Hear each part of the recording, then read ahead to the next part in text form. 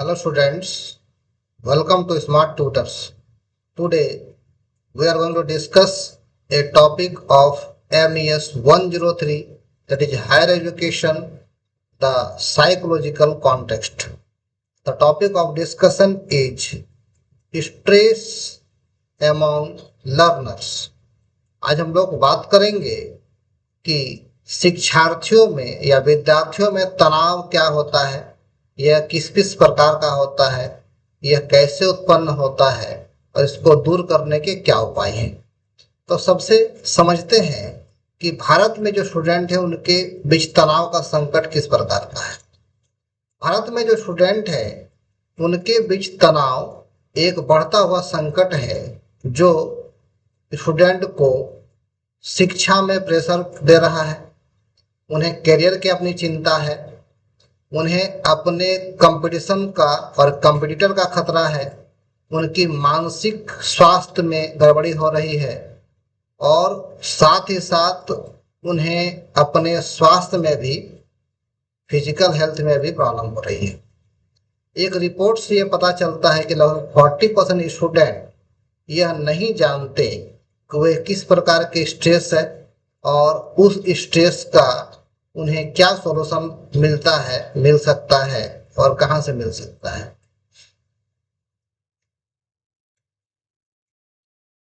तो आज हम लोग इसी टॉपिक पर डिस्कशन करेंगे। तो सबसे पहले समझते हैं कि source of stress among learners, छात्रों के बीच या शिक्षार्थियों के बीच कहां कहां से उनके अंदर स्ट्रेस आता है, तनाव कहां कहां से आता है और किन किन सोर्स से तनाव आ सकता है।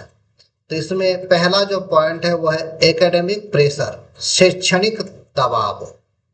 तो स्टूडेंट को जैसे ही भारत में अगर बात करें तो जैसे ही बच्चा 2 से 3 साल का होता है तो उसे स्कूल में भेज दिया जाता है, प्ले स्कूल में, और फिर जैसे वह 4 साल 5 साल का हो जाता है तो उसे प्राइमरी में भेजकर पढ़ाई स्टार्ट करवा दी जाती है।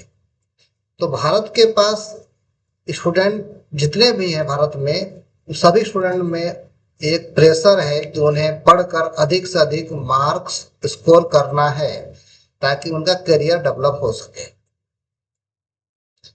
बाकी देशों में इस प्रकार का प्रेशर नहीं है वहाँ के स्टूडेंट में, क्योंकि वहाँ पर जो है स्कूलिंग सिस्टम ही हम लोग से बिल्कुल अलग है। तो अब यहाँ क्लास 12 तक बच्चे इसी प्रेशर में रहते हैं और उन्हें जैसे जैसे उनकी कक्षाएं बढ़ती है, क्लास सीनियर होते जाते हैं वो, तो फिर उनका वर्कलोड बढ़ते जाता है, असाइनमेंट का नंबर बढ़ते जाता है, एग्जाम का प्रेशर बढ़ते जाता है। इसके साथ साथ उन्हें अलग से स्कूल के अलावा होमवर्क भी बहुत सारे करने होते हैं, ट्यूशन भी जाना पड़ता है उस होमवर्क को सॉर्ट आउट कंप्लीट करने के लिए, चीज़ों को सीखने के लिए। जो चीज़ें स्कूल में टीचर से नहीं पूछ पाते या नहीं सीख पाते उसको समझने के लिए फिर से अलग से उन्हें ट्यूशन लेनी पड़ती है, या जो तैयारी स्कूल में नहीं हो पाती उन विषयों को तैयारी करने के लिए अलग से ट्यूशन लेनी पड़ती है। तो यहाँ एकेडमिक प्रेशर बहुत ज़्यादा स्टूडेंट के ऊपर। नॉर्मली अगर साइंस स्ट्रीम की बात करें तो IIT जी नीट के स्टूडेंट में बहुत अधिक प्रेशर रहता है, क्योंकि यहाँ पर कंपटीशन का लेवल भी बहुत हाई रहता है। तो कहीं ना कहीं एकेडमिक प्रेशर शुरू से ही स्टूडेंट का ऊपर रहता है और जब तक वह करियर में अपने कहीं ना कहीं सेटल हो जाए तब तक ये प्रेशर बना रहता है। पॉइंट नंबर 2 है करियर एंग्जाइटी। करियर एंग्जाइटी का मतलब हुआ अपने करियर की चिंता। नॉर्मली जो हमारा स्कूलिंग सिस्टम है या कॉलेज की जो पढ़ाई है वो कहीं ना कहीं जॉब ओरिएंटेड या करियर ओरिएंटेड पढ़ाई है।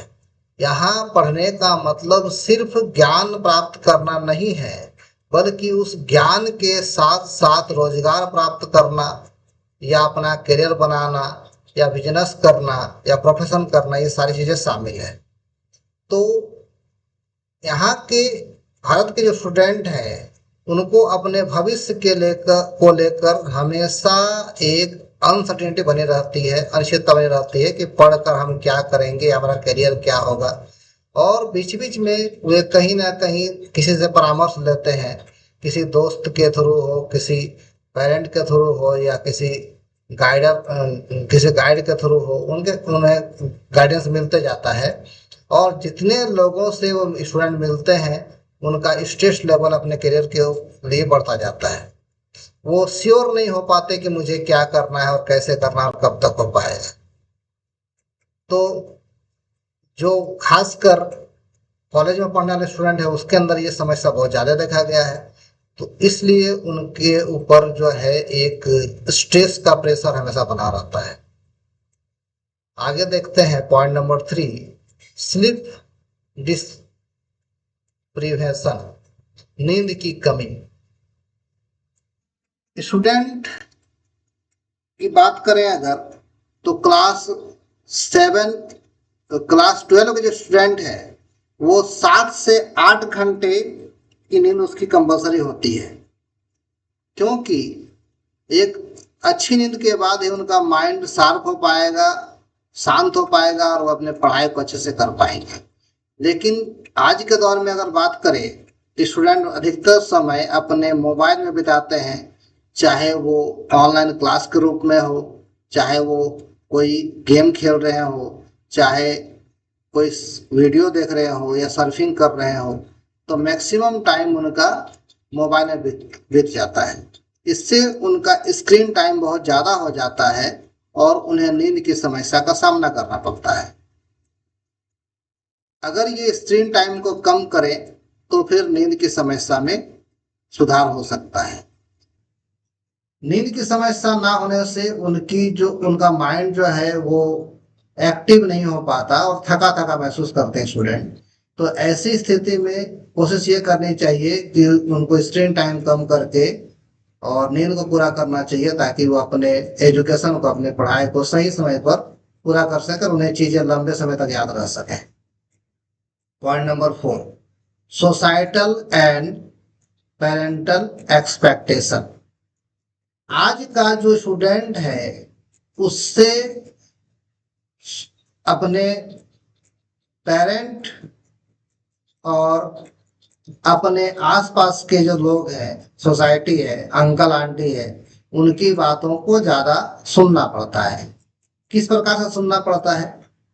पेरेंट को अपने इस बच्चे पर बहुत ज्यादा भरोसा होता है कि हमारा बच्चा आगे चलकर ये काम करेगा और उसी के लिए पेरेंट से प्रेशर देते हैं। इसके साथ साथ जो आसपास के पड़ोसी है वो भी हमेशा पूछते रहते हैं कि आप क्या कर रहे हैं, तुम क्या कर रहे हो, आगे क्या करोगे। तो इससे कहीं ना कहीं स्टूडेंट के ऊपर सोशल और पेरेंटल प्रेशर पाया जाता है। तो इससे क्या होता है कि कुछ चीजों को वो ना चाहते हुए भी करता है। और आज के डेट में मार्क्स स्कोर करना एक समझिए तो सोसाइटी का फैशन बन गया है कि स्टूडेंट कितना परसेंट मार्क्स लाता है उसी के अकॉर्डिंग जज किया जाता है कि स्टूडेंट कितना करियर में आगे बढ़ पाएगा, और उसकी चर्चाएं भी सोसाइटी में होती रहती है। जो स्टूडेंट कम मार्क्स लाते हैं उसकी चर्चा भी होती है कि उसका लड़का इतना ले आया, उसकी लड़की इतने ले आई, तुमने कम लाया। तो इस तरह से स्टूडेंट को प्रेशर झेलना पड़ता है।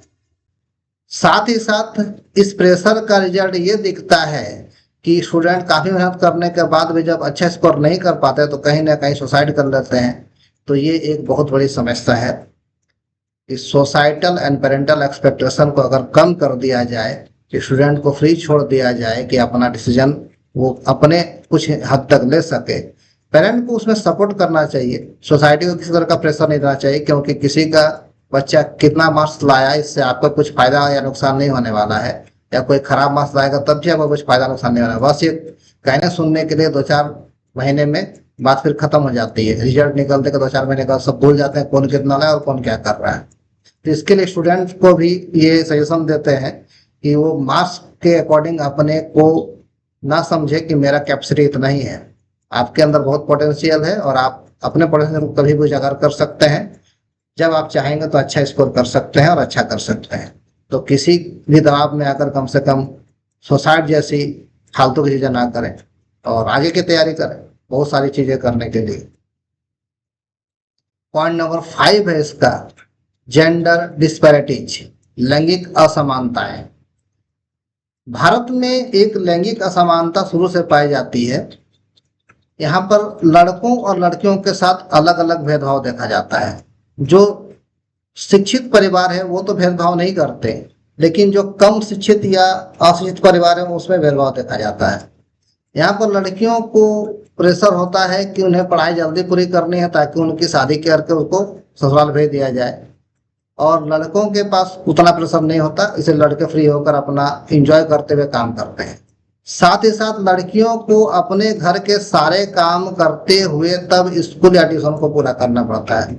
लड़कियों को घर की सफाई करनी होती है, कपड़ों की सफाई करनी होती है, घर के जो भी काम करने होते हैं, टाइम से खाना बना के सबको देना होता है। तो कहीं ना कहीं उनमें जो है लड़कों की तुलना में प्रेशर ज़्यादा होता है। प्रेशर ज़्यादा होने से उसके अंदर जो है उदासी पाई जाती है, तनाव पाया जाता है, वो फ्री नहीं होते, खुश नहीं होते। लड़के तो घूम फिर के आते हैं, ट्यूशन से भी चले आते हैं और स्कूल से भी चले आते हैं, अपना एंजॉय करते हुए वो रहते हैं, उसके अंदर उदासी नहीं पाई जाती है। रिजल्ट अगर गड़बड़ हो गया तो कोई दिक्कत उनको नहीं होती ज़्यादा, लेकिन लड़कियों में ये समस्या होती है और हमेशा उसमें उदासी पाई जाती है। तो इस तनाव को दूर करने का उपाय यही है कि थोड़ा अपने माइंड को शांत रखें और कोशिश करें कि थोड़ा सा कुछ एक्टिविटी करें जिससे उसे खुशी मिल सके।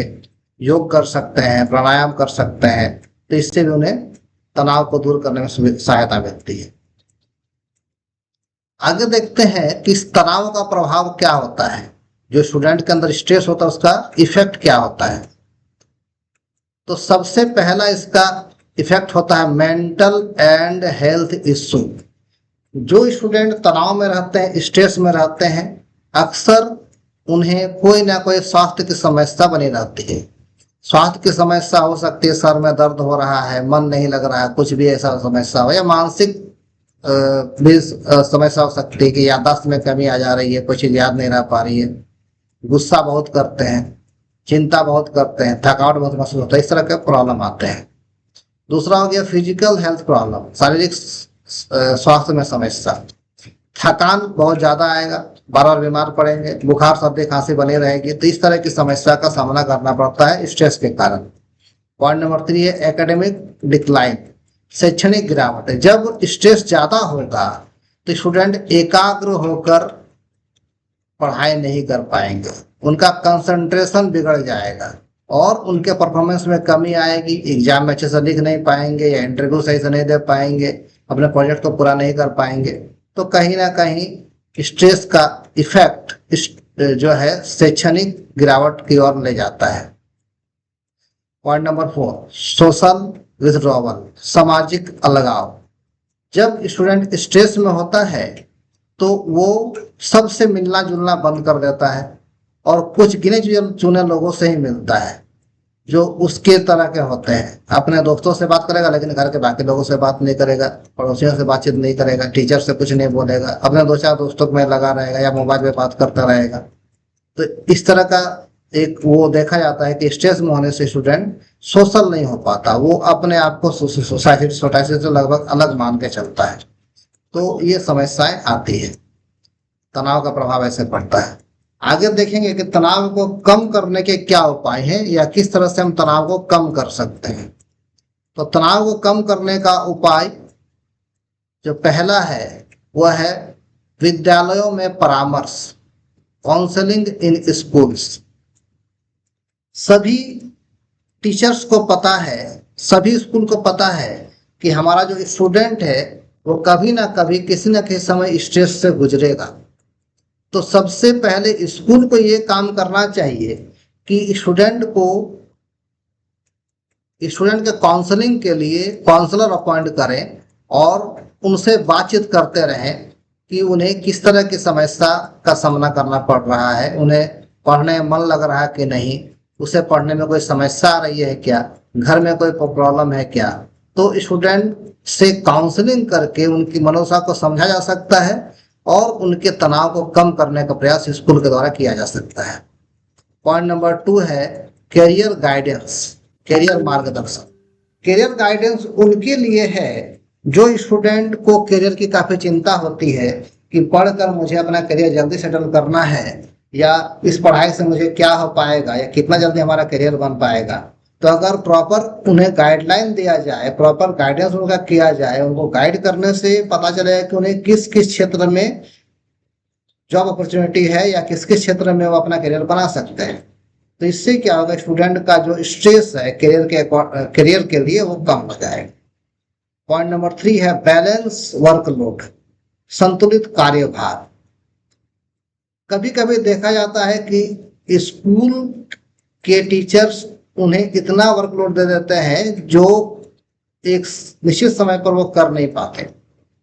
साथ ही स्टूडेंट को हेल्प की भी जरूरत होती है टीचर्स की, लेकिन टीचर पूरा लोड स्टूडेंट को दे देते हैं, तुम्हें ये करके आना है। अब कैसे करके आना है उसे पता नहीं, टीचर ने उसे कहीं प्रैक्टिकल करवाया नहीं लेकिन प्रैक्टिकल करके आना है, टीचर ने कभी प्रोजेक्ट किया नहीं लेकिन स्टूडेंट को करके आना है, टीचर को खुद ही नहीं पता कि वो कैसे कंप्लीट होगा। इस तरह से वर्कलोड बढ़ जाता है। ऐसे में स्टूडेंट का स्ट्रेस होना स्वाभाविक है, स्ट्रेस आना उनका स्वाभाविक है। तो एक बैलेंस अगर वर्कलोड दिया जाए कि स्कूल में भी वो एक्टिविटी कराया जाए, वो वर्क कराया जाए या उस तरह के प्रैक्टिकल कराया जाए जो प्रोजेक्ट में दिए जाते हैं, तो फिर उनका वर्कलोड कम हो जाएगा। जब वर्कलोड कम हो जाएगा तो स्टूडेंट का स्ट्रेस भी कम हो जाएगा। पॉइंट नंबर 4, पेरेंटल अवेयरनेस, अभिभावक में जागरूकता। कभी कभी पेरेंट ऐसा करते हैं कि पड़ोसियों के बच्चों को देखकर अपने बच्चे को डांट फटकार लगाते हैं, उल्टा सीधा कहते हैं। इसका बुरा इफेक्ट स्टूडेंट को पड़ता है और वो स्ट्रेस में आ जाते हैं। कभी कभी स्ट्रेस का परिणाम ये होता है कि वो सुसाइड तक कर लेते हैं। तो पेरेंट को इस बात का अवेयरनेस होना चाहिए कि हमारा बेटा का पोटेंशियल या हमारी बेटी का पोटेंशियल हमें पता है, पड़ोसियों को नहीं पता है, और पड़ोसियों के बच्चों का पोटेंशियल उन्हें पता है, हमें नहीं पता। तो व्यर्थ में हम दूसरे को देखकर अपने बच्चों को या अपने घर के जो हमारे पढ़ने वाले स्टूडेंट हैं उन्हें क्यों परेशान करते हैं। कम से कम जो उन्हें समस्या है उसको सॉर्ट आउट करने के लिए उन्हें गाइड करें, टीचर सही से लगाएं, अगर पढ़ाई में दिक्कत है तो स्कूल चेंज करें। तो इससे क्या होगा, या जिस चीज की उसे पढ़ाई पसंद नहीं है वो ना करा के वो चीज कराएं जो उन्हें पसंद हो, जिसमें वो करियर बना सके, ये कर सकते हैं। Point number 4, peer support training, सहपाठी सहायता प्रशिक्षण। कभी कभी ऐसा देखा जाता है कि स्टूडेंट अपने दोस्तों से बात करते हैं लेकिन टीचर से बात नहीं करते हैं, पेरेंट्स से बात नहीं करते। तो ऐसी स्थिति में हम स्टूडेंट को ही गाइड करने में लगा सकते हैं कि उन्हें जो स्ट्रेस है वो स्टूडेंट अपने आप से ही सॉर्ट आउट कर सकते हैं। कुछ स्टूडेंट ऐसे होते हैं जो काफी तेज और समझदार होते हैं, कुछ स्टूडेंट ऐसे होते हैं जो कमजोर प्रवृत्ति के होते हैं, उतने समझदार नहीं होते। तो जो तेज स्टूडेंट होता है वो कमजोर स्टूडेंट को हेल्प कर सकता है स्ट्रेस को कम करने में, उसे सपोर्ट कर सकता है पढ़ाई में, उसे सपोर्ट कर सकता है प्रैक्टिकल में, प्रोजेक्ट में, असाइनमेंट में। तो कहीं ना कहीं इससे उसका स्ट्रेस घट जाता है। आगे देखते हैं कि निष्कर्ष में क्या निकलता है। तो निष्कर्ष में हम पहुंचते हैं कि स्टूडेंट में तनाव होना एक आम बात है। तनाव एक मन की समस्या नहीं है बल्कि कहीं से भी हो सकता है, वो फिजिकली भी हो सकता है, मेंटली भी हो सकता है, यह स्पष्ट भी हो सकता है और तत्कालिक भी हो सकता है, दीर्घकालिक भी हो सकता है, शॉर्ट टर्म के लिए भी हो सकता है, लॉन्ग टर्म के लिए भी हो सकता है। तनाव जो है वो शैक्षणिक हो सकता है, करियर के बारे में हो सकता है, समाज के बारे में हो सकता है, किसी भी लेवल में हो सकता है। वो चाहे प्राइमरी लेवल का स्टूडेंट हो तो भी तनाव होगा और ग्रेजुएशन लेवल का स्टूडेंट होगा तो भी तनाव होगा। लेकिन एक सार्थक अधिगम और कल्याण सुनिश्चित करने के लिए विद्यार्थी को अपने ढांचे में परामर्श, करियर मार्गदर्शन और तनाव प्रबंधन अभ्यास को शामिल करना आवश्यक है। तनाव को दूर करने के लिए हम क्या करें कि जो हमारा स्ट्रक्चर है पढ़ाई का या कुरिकुलम है उसमें हम लोग काउंसलिंग को जोड़ सकते हैं, करियर का स्टूडेंट को बता सकते हैं ताकि उनका तनाव कम हो सके। और साथ साथ हम लोग तनाव को प्रबंध करने के लिए अभ्यास भी कर सकते हैं, उन्हें योगा करा सकते हैं, उन्हें प्राणायाम करा सकते हैं, इससे तनाव कम हो जाए। और स्टूडेंट से ये भी कह सकते हैं कि आपकी जो समस्याएं हैं उसे हम तक शेयर करें ताकि हम उसका सॉल्यूशन दे सके। तो इस वीडियो में इतना ही। Thanks for watching.